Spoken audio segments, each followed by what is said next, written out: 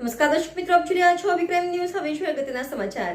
સુરતના સલાબતપુરા ખાતે આવેલ ઉમરવાડા વિસ્તારમાં કિન્નરની ચપ્પુના ઘા મારી ઘાતકી હત્યા કરી ભાગી છૂટેલા હત્યારાને સલાબતપુરા પોલીસે ગણતરીના કલાકોમાં ઝડપી પાડ્યો હતો.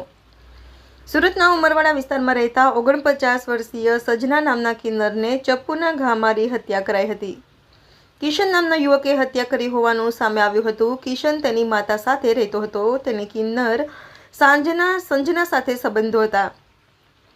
જોકે થોડા દિવસોથી કિન્નર કિશનના ઘરે રહેવા આવી ગયો હતો, જેમાં બંને વચ્ચે ઝઘડો થતાં તેની હત્યા કરાઈ હતી.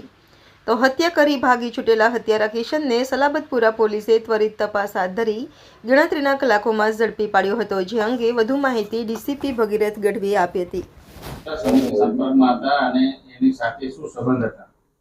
જે આરોપી છે એ કિશન જેઠવા કરીને છે. એને 2016થી આ જે મરણ જનાર કિન્નર છે એમની સાથે સંપર્ક હતો અને તેઓ એકબીજાના ખૂબ જ નજીકના મિત્રો હતા અને પ્રેમ પ્રકરણ હોવાનું પણ અત્યારે પ્રાથમિક જણાઈ રહ્યું છે.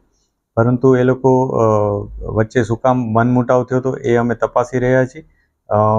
છેલ્લા ઘણા સમયથી પોતે આ કિન્નરથી છુટકારો લેવા માંગતો હતો અને એના ત્રાસથી એણે હત્યા કરી હોય અથવા એને પોતાને એની સાથે ન રહેવું હોય અને હત્યા કરી હોવાનું અત્યારે પોલીસને એને ઇન્ટ્રોગેશનમાં જણાવેલ છે.